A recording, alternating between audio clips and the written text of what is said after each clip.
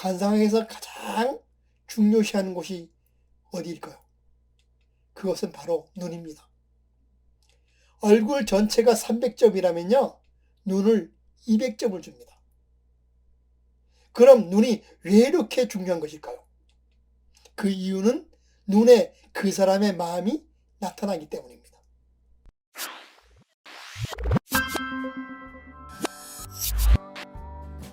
안녕하세요. 고전의 한수 엄태범 TV입니다. 오늘 고전의 한수는 이런 눈관상 무조건 피해라, 이런 주제를 가지고 말씀을 드려보겠습니다.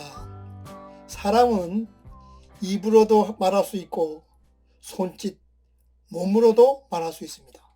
그리고 눈으로도 말할 수 있습니다. 입으로 할 수 없는 말을 눈으로 또는 눈물로 마음을 표현할 때 그 효과는 더욱 커집니다. 관상학에서 가장 중요시하는 곳이 어디일까요? 그것은 바로 눈입니다.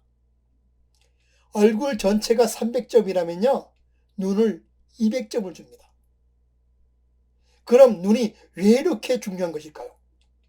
그 이유는 눈에 그 사람의 마음이 나타나기 때문입니다.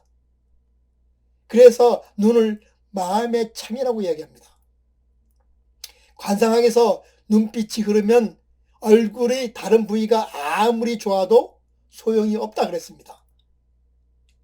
눈빛이 흩어지면 정신도 흩어진다고 했습니다. 그럼 이번 시간은 인간관계 시 조심해야 할 눈관상에 대해서 자세히 말씀을 드려보겠습니다.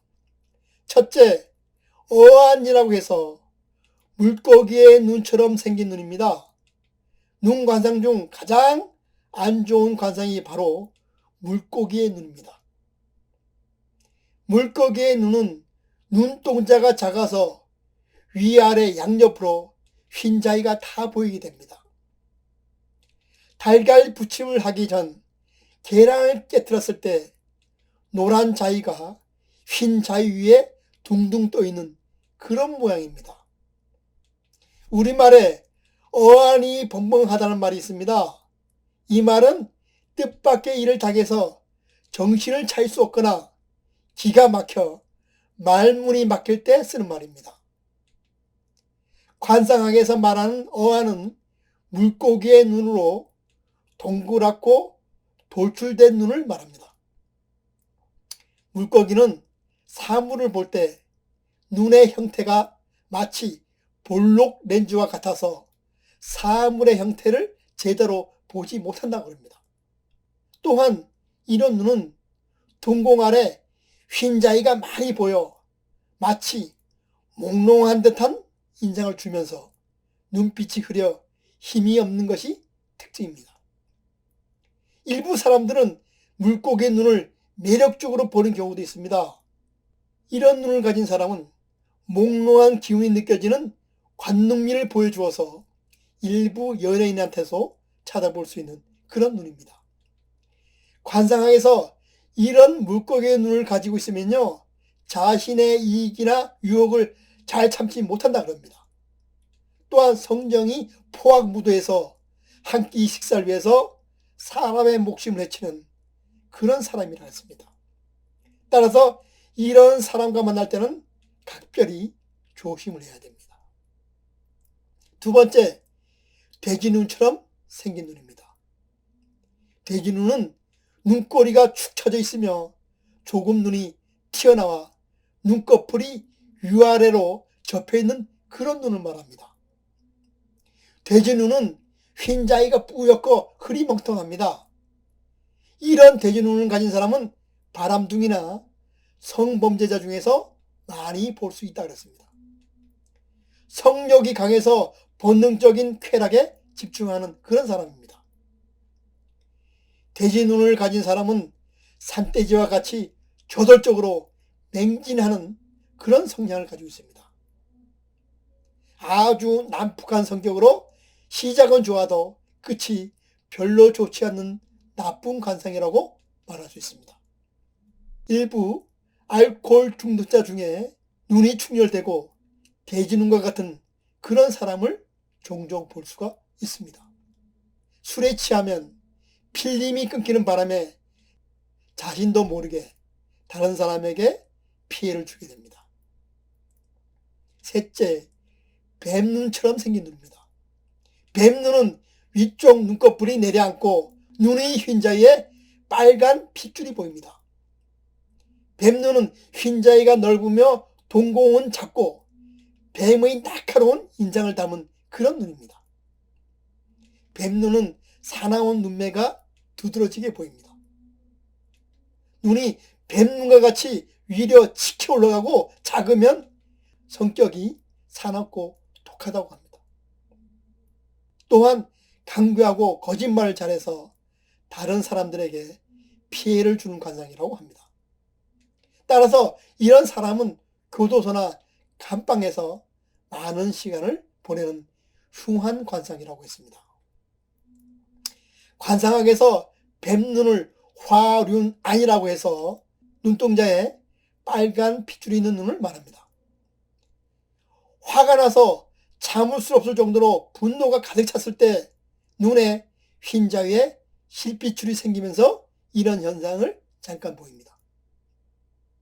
따라서 이런 눈을 가진 사람은 심성이 사납고 교활하며 남에게 해를 끼치는 사람이라고 했습니다. 결론적으로 뱀눈을 가진 사람은 자신이 얻고 싶은 것이 있다면 남에게 피해가 가더라도 꼭 이루는 그런 사람입니다. 따라서 이런 눈을 가진 사람과 만나게 되면 가능한 한 빨리 일을 처리하고 헤어지는 것이 상책입니다. 넷째는 튀어나온 눈입니다. 눈알은 한가운데 있지만 옆에서 보면 눈알이 튀어나오는 눈이 있습니다. 물속에 잠겨있는 검은 돌은 반짝반짝 아름답게 빛이 납니다. 그러나 물이 빠져서 돌이 밖으로 노출되면 곧 말라버리게 됩니다. 그러면 영롱한 색깔이 없어져 버려서 탁하고 뿌연색이 납니다. 인간의 튀어나온 눈도 이와 마찬가지입니다. 눈동자가 노출된 눈은 물기가 마른 눈으로 봅니다. 따라서 생명력이 없어 삭막하고 황폐해서 좋지 않은 눈으로 봅니다. 눈알을 가만히 두지 않고 이리저리 바삐 굴리는 사람이 있습니다. 이런 사람은 대부분 튀어나온 눈을 가지고 있습니다. 이런 눈을 가진 사람은 남의 것을 훔치려고 호시탐탐 기회를 엿보는 그런 사람입니다. 또한 이런 눈은 정서가 불어나고 남의 약점을 노리거나 해를 끼치는 눈이라고 말씀드릴 수가 있습니다. 관상학에서는 눈동자가 볼록하게 튀어나오는 눈을 가진 사람은 비밀을 누설할 가능성이 많은 사람이라고 했습니다. 따라서 이런 사람에게는 아무리 친한 친구라도 나의 비밀을 발설하지 말아야 합니다. 다섯째, 눈빛이 흐리멍텅한 눈입니다. 어릴 때 시골집 호롱불이 어떨 때는 밝게 빛나기도 하고 어떨 때는 그름이 생겨서 뿌옇게 흐려 보이기도 했습니다. 그래서 그 원인을 자세히 살펴보니 원인은 다름 아닌 호롱불에 올려인 기름이었습니다. 호롱불 속에 들어있는 기름 성분이 좋으면 호롱불이 밝게 빛나고 반대로 기름 성분이 좋지 못하면 그름이 나면서 흐려져 보였습니다. 우리 사람도 이와 마찬가지입니다. 눈빛이 맑고 밝게 빛나는 사람은 내장 기능을 포함한 육체적인 건강함은 물론 마음도 밝고 맑습니다. 반대로 눈빛이 안개 낀 듯 흐린 사람은 내장 기능을 포함한 육체적인 건강함은 물론 마음도 또한 흐릿합니다. 관상학에서 눈은 해를 상징하니 밝고 빛나야 한다 그랬습니다. 밝아야 할 태양이 항상 구름 속에 쌓여서 밝은 빛을 잃는다면 결국 모든 곡식은 여물지 못하여 흉년이 들 수밖에 없습니다. 이와 마찬가지로 사람의 눈도 밝은 태양처럼 밝고 맑아야 합니다. 관상학적으로 눈을요, 사물을 보고 판단하고 중요한 역할을 한다고 해서 감찰관이라고 합니다. 세상의 만물을 비추고 감지하기에 눈을 가리켜 마음의 창이라고 했습니다. 우리는 스쳐 지나가는 눈길 속에서 슬프거나 괴로운 표정을 읽을 수가 있고, 그리고 사랑도 느낄 수가 있습니다. 그래서 우리는 사람의 눈을 잘 들여다보면 그 사람을 알 수 있습니다. 눈이 순하면 마음도 순하고 눈이 약하면 마음도 악하다는 말이 있습니다. 그래서 눈을 마음의 창이라고 했습니다.